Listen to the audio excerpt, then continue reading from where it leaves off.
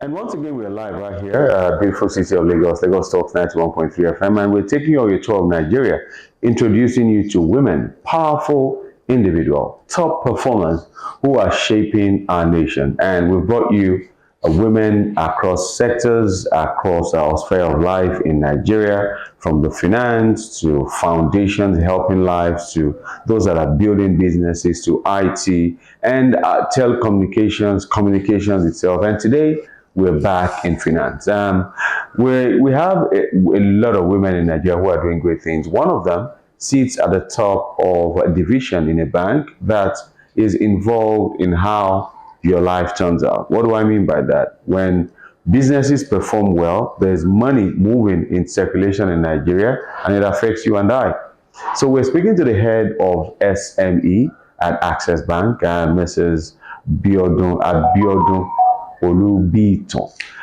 That's our guest for today. A top performer, female, transforming lives, influencing decisions. It really is a she-wolf. Good day to you.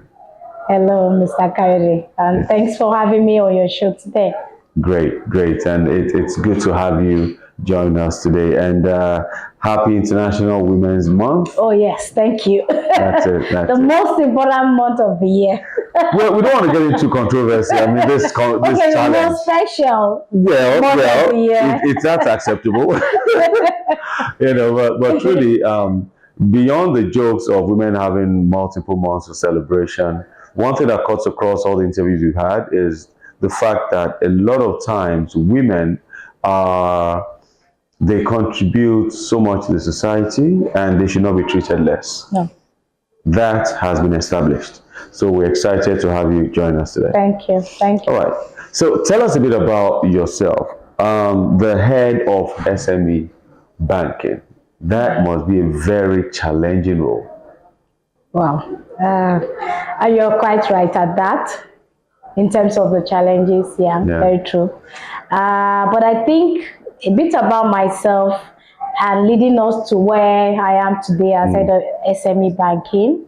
It's a bit of a journey of about 22 years in Access Bank, strictly Access Bank.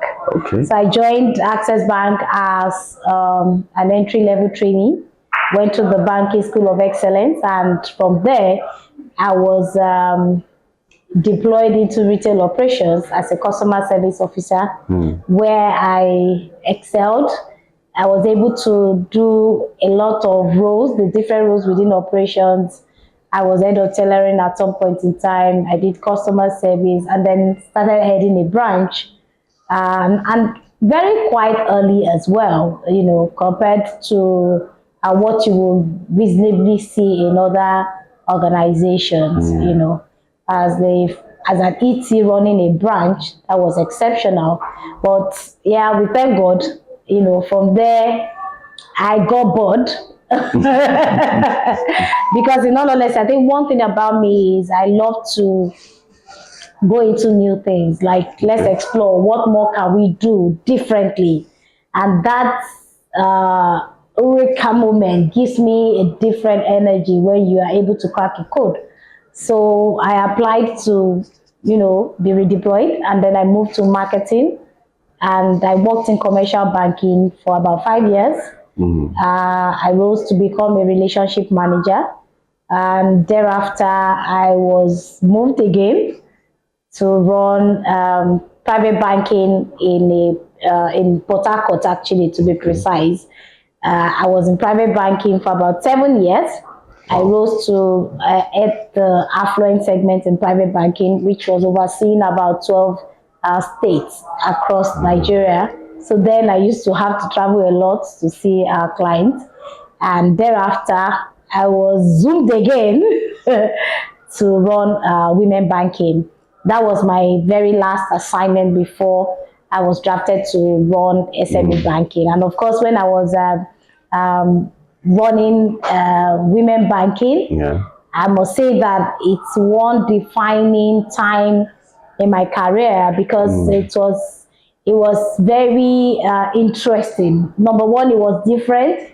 I really didn't know anything about women banking. It didn't come across to me like anything special. All right. And so I always wondered if the management of my organization realized that I had something I didn't know about myself, because I didn't know where the match came from.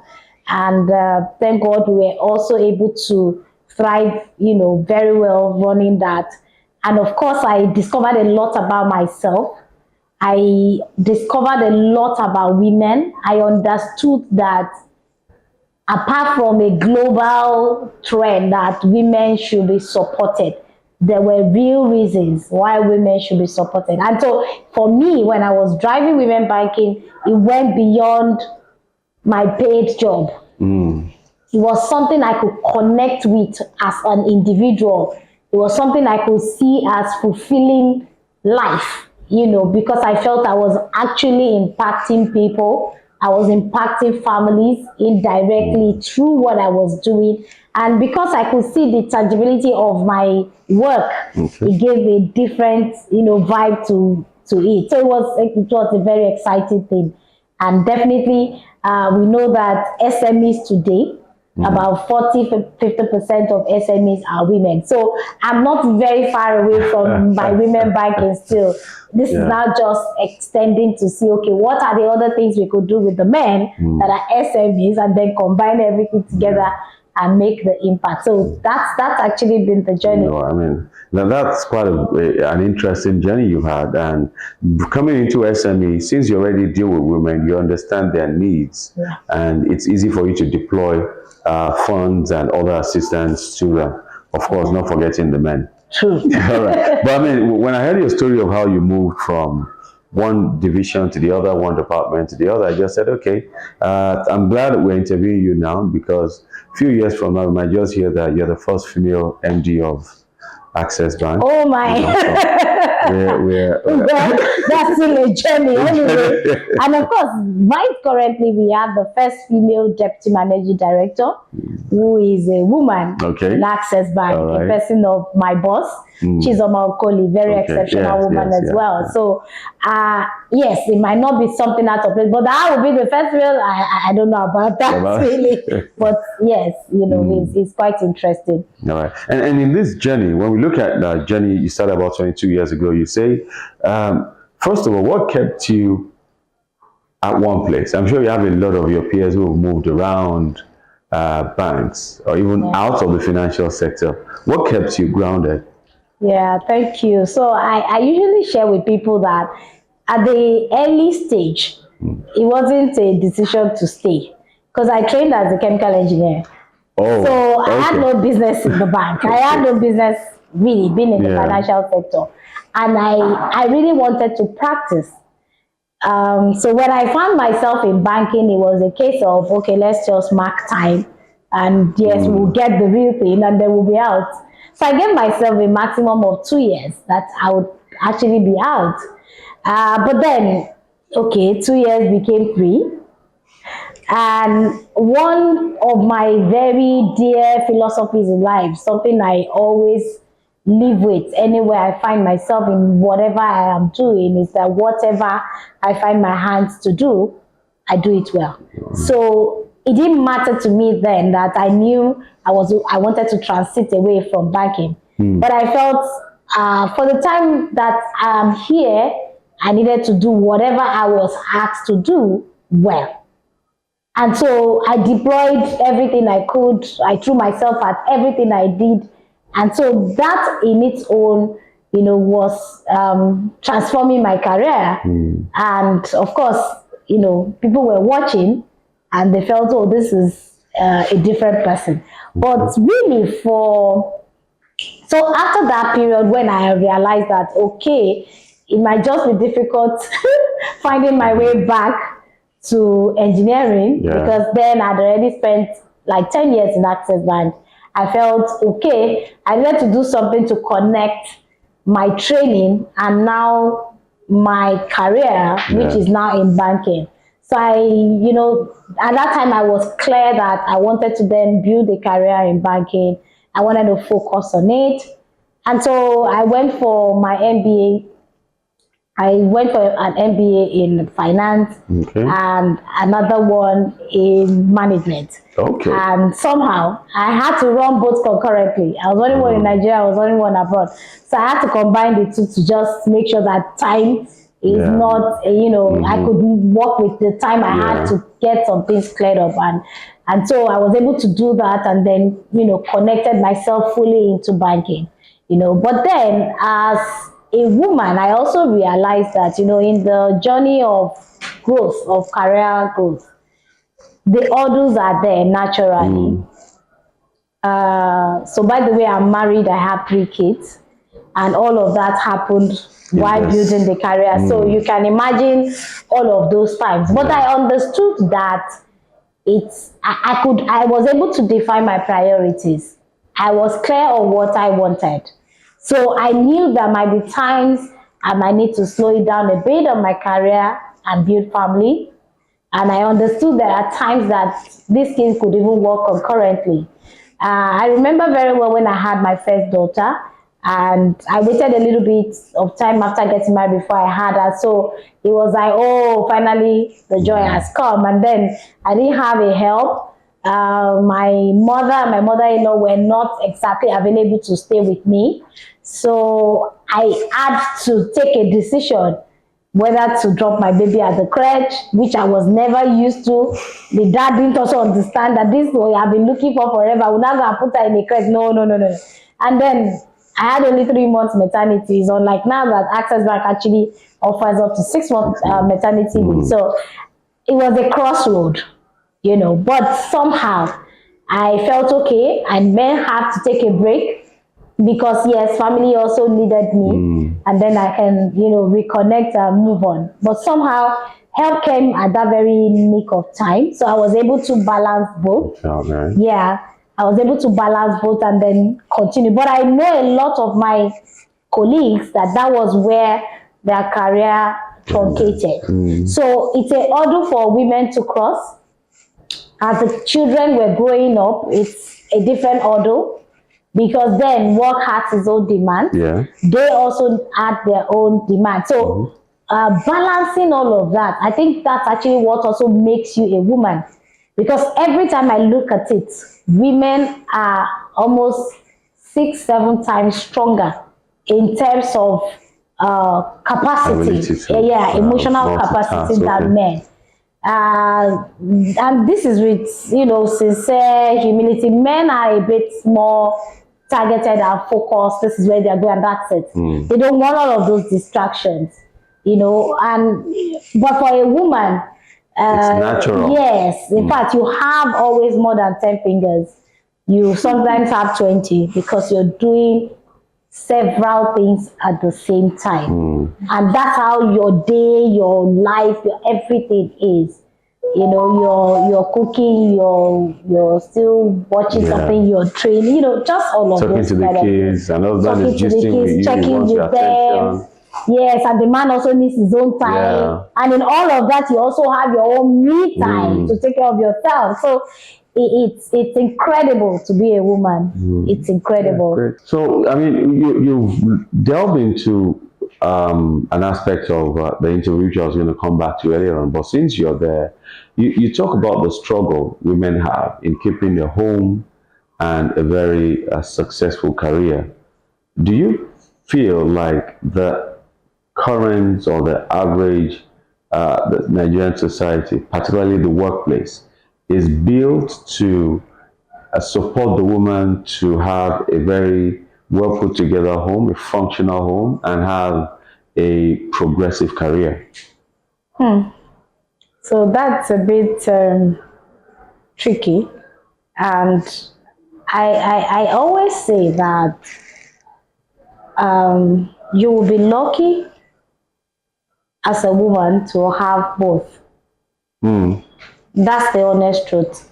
The society does not exactly put that expectation of career on you and expect that you have the home fund setup. So if you got the both, then you're pretty lucky. But I would say that there are some things that help, to make it happen. And personally, I have mentors that have both. So I was convinced, It's and I am possible. still convinced that it is possible. Yeah, when I was growing up to, in my early days, there was a time I had some female bosses and I felt, you know what, if this is what it is to be a female boss, I don't want to be one. This doesn't make sense to me. So I was clear about my values. I knew what I wanted. I'm very family oriented. So it was something that it had to be sorted somehow. Okay.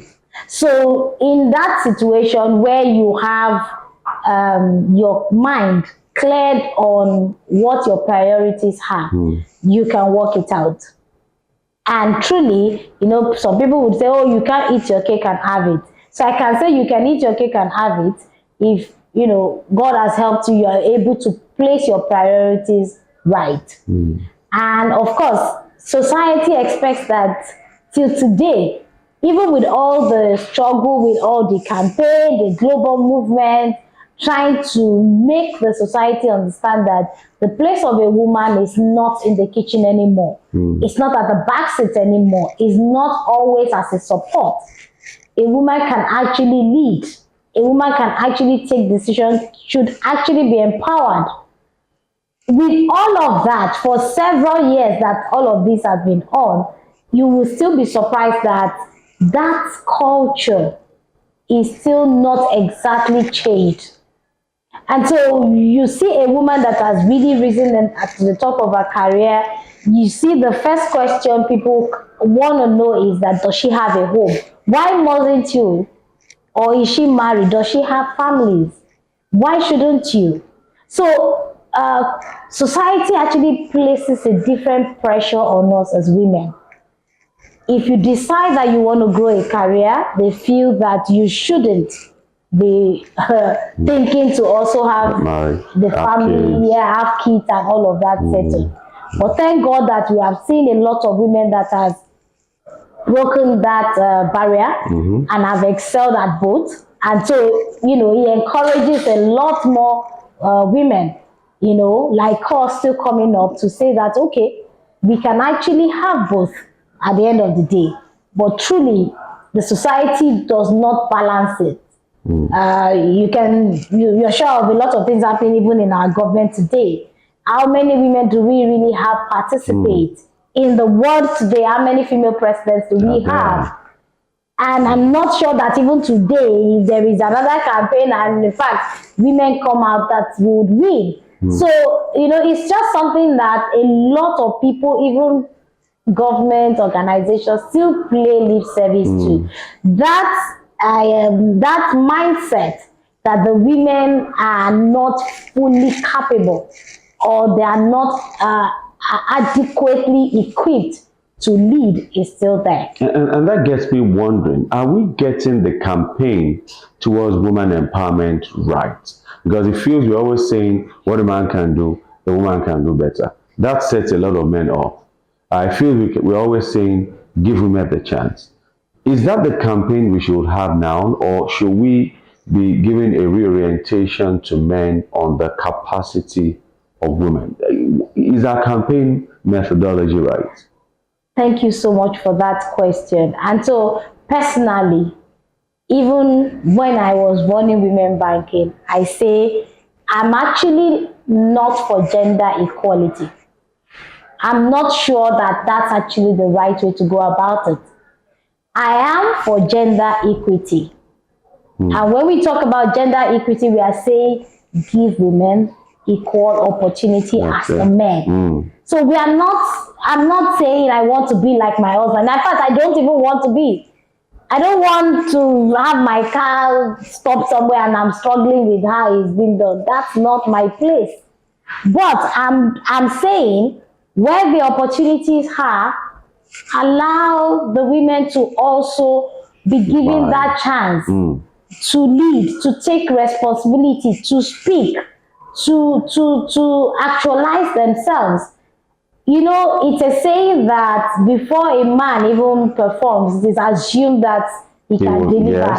But a woman is made to work almost, in fact, you have to do like 5-6 times more to prove yourself that you can. And so that orientation needs to start to really change. And I'm very happy, and I'm sure that's part of the reason that I am in Access Bank today. Because if those opportunities were not put forward, I'm not sure that I can be here today. When I was moved to women banking, I had to relocate with my family from outside of Lagos to Lagos.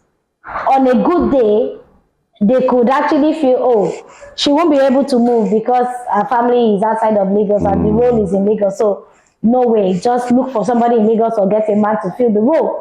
But I was offered the seat.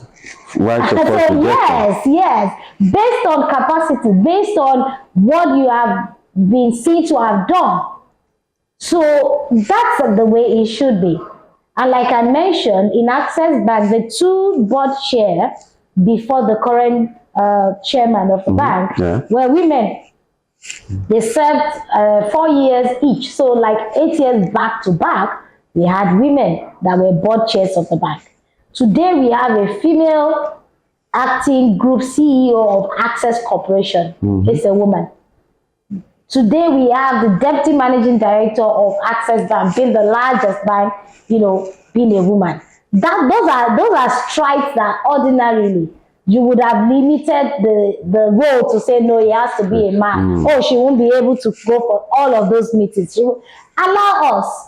Give us a platform and then let's prove ourselves to you. But not make a decision to say, oh, they can't. And then there was a case I, delved into recently.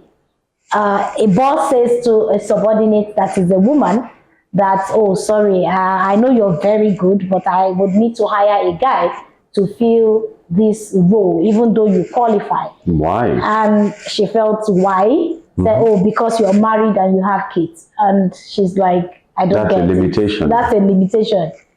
And of course, I made sure that that narrative died there. Those are the things that we must stop. So can you allow her first? When she doesn't deliver on that responsibility, then you make your opinion. But not have a mindset that this role cannot be filled by a woman. Why? When she has the capacity and she qualifies. So I made sure that that narrative died there. In fact, I was upset with my total being like, what did you say? So it can't happen. So those are the little ways that we can correct it. Yes, it's still like a journey that is very far, but I can tell you that we are seeing on everyday basis the narrative turning around. People are actually admitting that women are doing exceptionally well when given the opportunity. And so the more opportunity, in fact, the men are a bit getting threatened, like, okay, there's almost nothing on the table anymore for the man. But truly, I think it's getting better. And what I see from what you've said is, and because what we're doing is informing, showcasing the women, how they've done it so other people can learn from it. But what I hear you say now is that just like it is with the men, the fact that you're the breadwinner, you're running around the nation or the world does not mean you neglect your fatherly duty and your husband duties at home. Sure. The same applies to the woman. The fact that you're making it out there and you're flying high does not mean you neglect that at home. And you made mention of something out that you said in passing, but I would like to go back to it because it's difficult. It's not every time you hear that in our society. When you got offered the job, you had to relocate with your family down here. So in this case, is the wife deciding, okay, let's move, or not, it's the wife's influence that moved the family, not the husband's influence. So I get asked this question a couple of times, and so for me, the way it runs is the center. What's best for the center?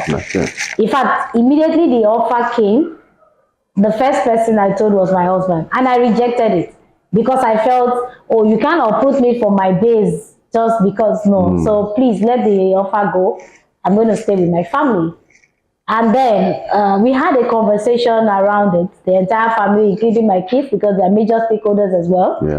And so it was what was best for the family, what was best for the team. And at that time, so my husband runs his own business, and of course, he could work from anywhere. Even though we were not living in Lagos, then he travels a lot to Lagos for business.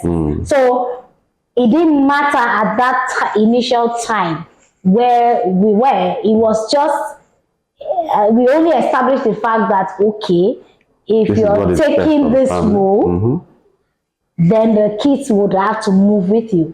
At the initial time, I was doing travels like every other week, home, like that for a bit of time before we actually concluded to say, you know what, then we will take this. But then it was a decision that was made as a unit. What was best for us? So when we decided that, okay, this is what it is, it was clear how it will work for the man and how it will work for the woman. So yes, I moved initially with the children.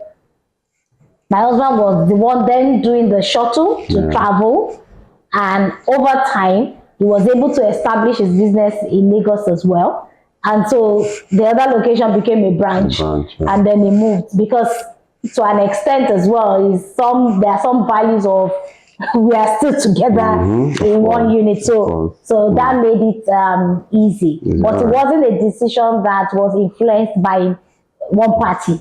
All right. It was and what you said, I was actually poking the men, but what you said now even balancing it out, because I remember we're having this conversation with some friends of mine or colleagues, and I was asked the question, if you were working and you have your wife, yourself, your kids, and for a reason, one of you needed to resign to stay home with the kids, but your wife earns more than you. And I told her, I'm resigning straight up. I'm resigning straight up, because if you're earning, let's say, like 500, your wife is earning 1.2. Why? Resign. Why stress yourself? Yeah, you can always look for ways around. Yeah. Men have ego. The reason I say you balanced it out was that while I was going to say men should be able to support their wives, especially looking at what is best, I went back to say it was a decision. It was a conversation, which meant there must have been a bit of convincing. So for women out there as well who are taking up a role, it's not enough to just say, I've got it, I'm taking it, you're a problem to my growth. There should be a conversation. That's how, for those who are married, definitely. If you're not, you could fly in and out anywhere you want at any time. But that's a good lesson. I always say to anyone that cares to listen that my level of success today, I wouldn't take away the support I've gotten from my spouse. Enormous, as in, he's my number one MVP, my fan. If I have a target in the office, my husband is bothered. And then he's sharing ideas with me to say, okay, maybe you should try this, maybe this. There are times I needed to open several accounts, some point in my career. And every time you check my husband's car, he always has account opening package anywhere in the car, because the opportunity might come up anywhere. And he's like, oh, I help my wife, she's doing this. Even while running his business, he would always come up with ideas to support me. He would always, adjust as well when it's not exactly convenient. I don't have to be around and the kids need some form of attention. He'll be there to support. So I think it's agreeing what the values are for you and understanding that I can't play the man in the game. I can't. I'm not even asking for it. But of course, giving your spouse that respect, that, okay, you lead, I follow. But then these decisions are still like in consideration of both parties.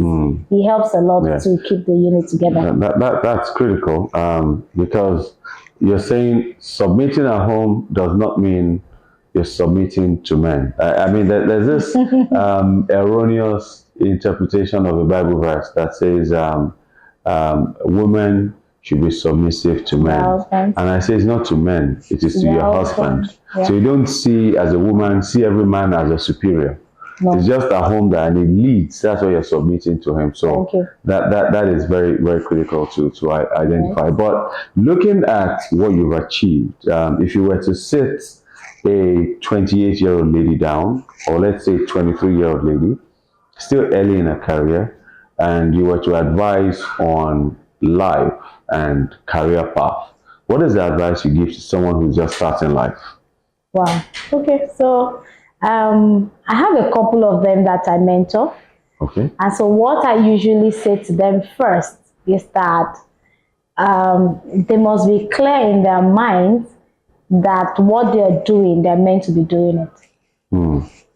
If you are in doubt, then you've not found yourself. So you must be clear. So I'm building a career in this.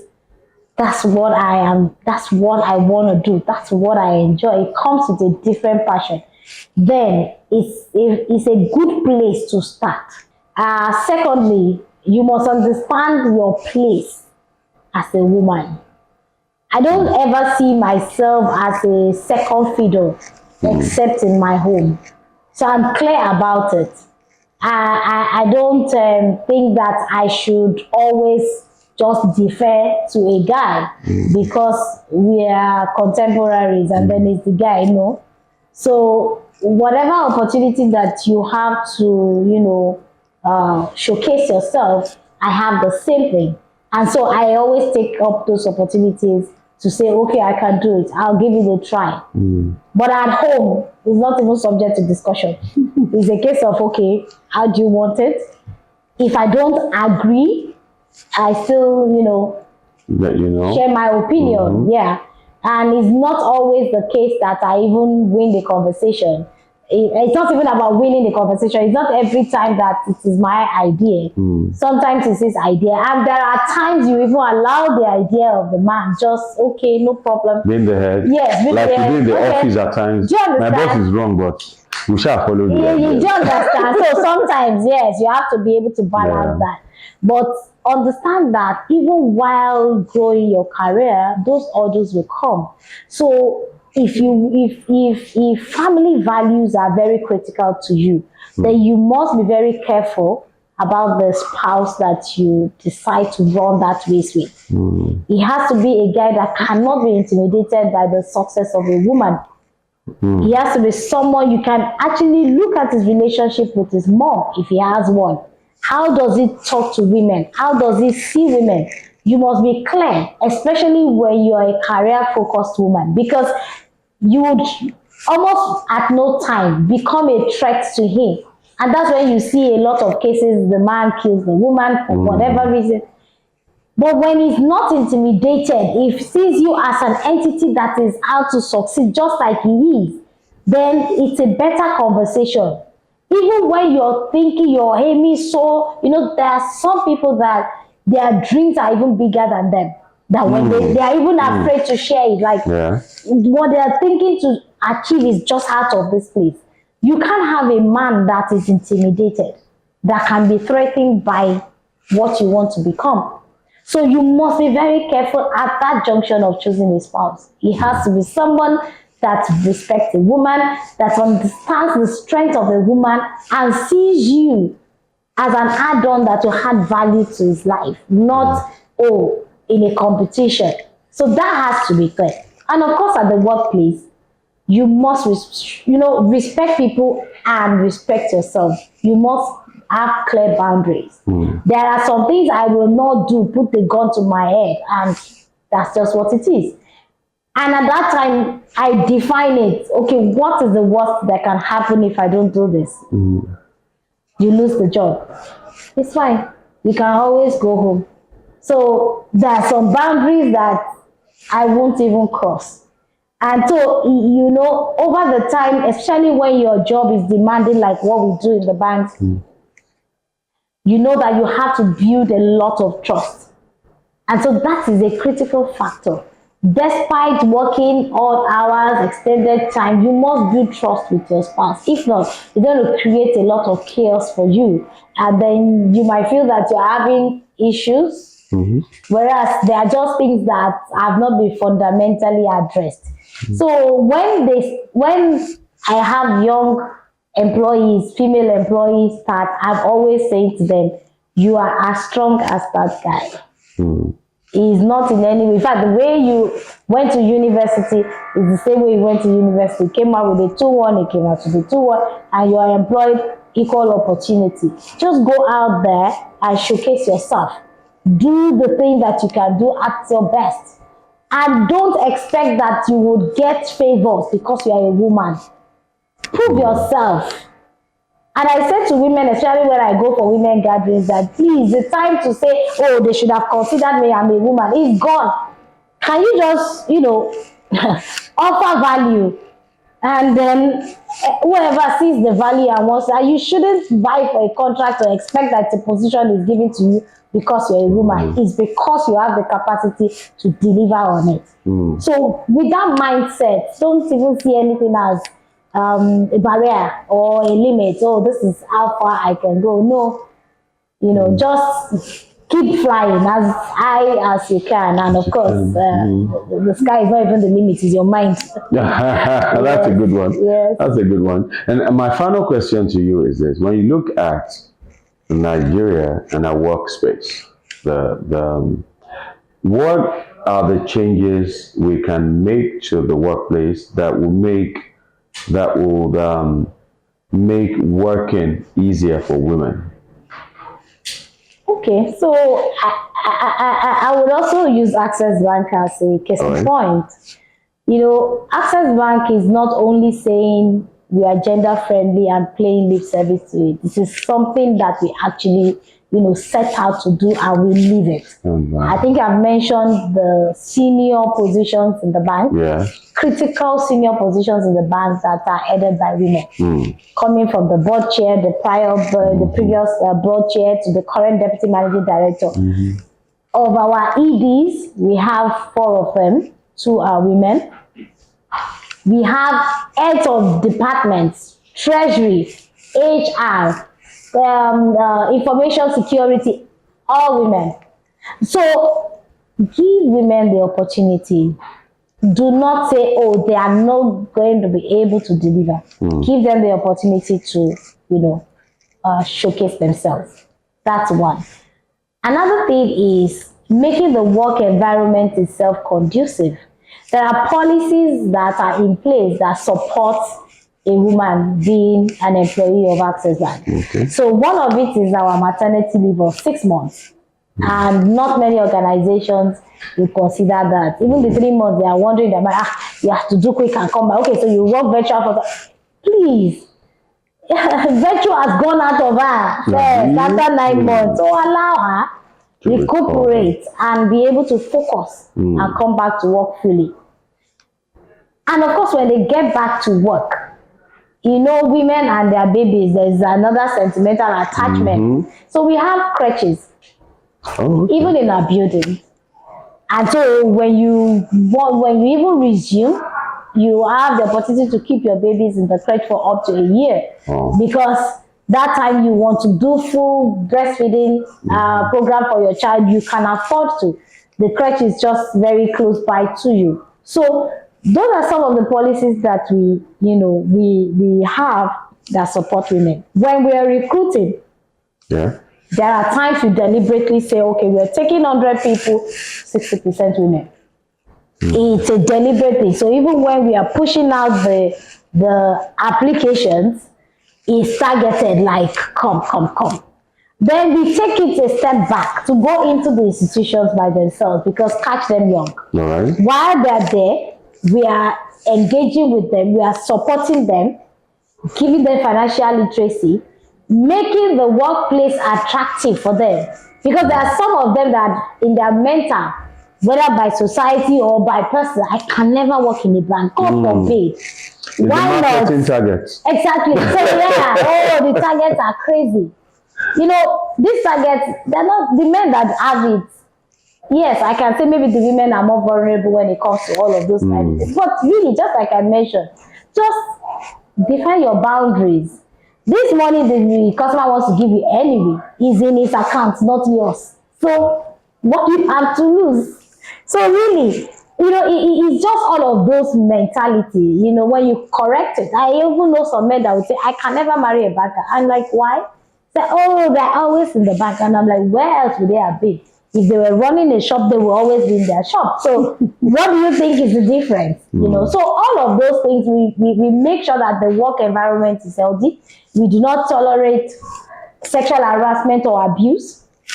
You have the whistleblow lines, you could whistleblow.